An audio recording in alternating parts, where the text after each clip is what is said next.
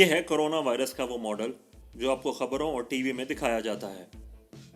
लेकिन अगर आप इस वायरस को अंदर से देखें तो आपको इसके जिस्म के हिस्से ज़्यादा वाज़े नज़र आएंगे। इसमें बाहर की तरफ लाल रंग के ट्यूब की तरह के जो हिस्से हैं उन्हें स्पाइक प्रोटीन कहा जाता है। स्पाइक प्रोटीन इस वायरस को इंसानी सेल के साथ अटैच होने में मदद देता है। आप यूँ समझ लें कि वायरस इसे एक चाबी की तरह यूज़ करता है जो इंसानी सेल के दरवाजे यानी रिसेप्टर्स को खोलने में मदद देती है।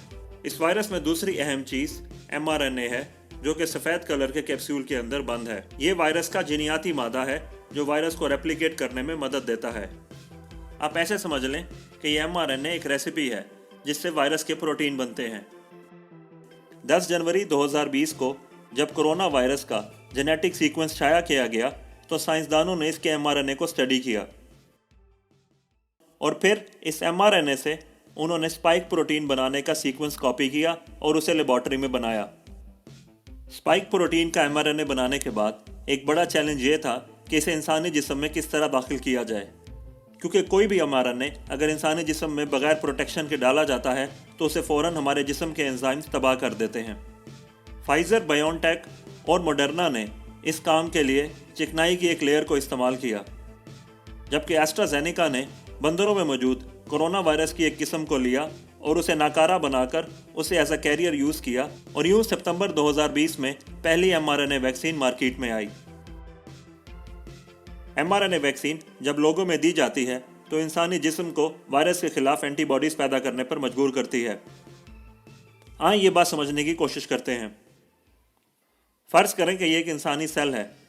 इसके बाहर की तरफ एक मेम्ब्रेन है जबकि इसके अंदर ग्रीन कलर की प्रोटीन बनाने की एक फैक्ट्री है जिसे राइबोसोम कहा जाता है। वैक्सीन देने के बाद कैरियर mRNA को लेकर सेल के करीब आता है और सेल के अंदर mRNA को दाखिल कर देता है।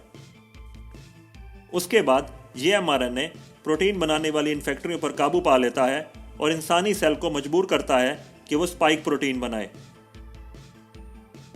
जब इंसानी सेल स्पाइक प्रोटीन बनाता है तो हमारे अंदर मौजूद कुव्वत मुदाफ़ियत इस प्रोटीन को एक बैरूनी प्रोटीन समझ के उसके खिलाफ एंटीबॉडीज़ पैदा करती है और वो एंटीबॉडीज़ इन स्पाइक प्रोटीन्स के साथ अटैच होकर उन्हें तबाह कर देती हैं।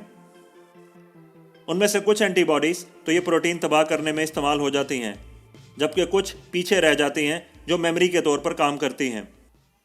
इस तरह अगली दफ़ा वायरस या उसका कोई और प्रोटीन हमारे जिस्म में जब दाखिल होता है तो हमारा मुदाफ़ियाती निज़ाम उसे पहले से पहचान लेता है और उसके खिलाफ पहले से ज़्यादा कुव्वत बख्श रिस्पॉन्स देता है। इस तरह वैक्सीन के ज़रिए हमारे जिस्म में इम्यूनिटी पैदा होती है।